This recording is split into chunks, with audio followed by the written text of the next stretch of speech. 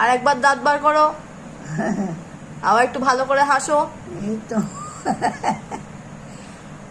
এই যে তুমি যে আমার সব কথা শোনো লক্ষ্মী মেয়ের মতন, কত ভালো বলো তো। হ্যাঁ। আচ্ছা ঠাম্মা, হ্যাঁ। এই যে তোমাকে যে আমি আমি এত ভালোবাসি, হ্যাঁ। এবারে ধরো তোমার মতন আর একজন এলো, আমি তোমাকে বাদ দিয়ে তাকে ভালোবাসলাম, হ্যাঁ। তোমাকে আর ভালোবাসলাম না, তাহলে তাতে কি তোমার হিংসা হবে? না। কেন? না। কেন হিংসা হবে না? না, আমারটা আমারই, আমার জিনিস আমারই। না, তোমাকে তখন আর দেখলাম না, ভালোবাসলাম না, তাকে বেশি ভালোবাসলাম, তোমার মনে মনে হিংসা হবে না না। যে আমার ভালোবাসাটা ভাগ হয়ে গেল? না, আমারটা ঠিকই থাকবো।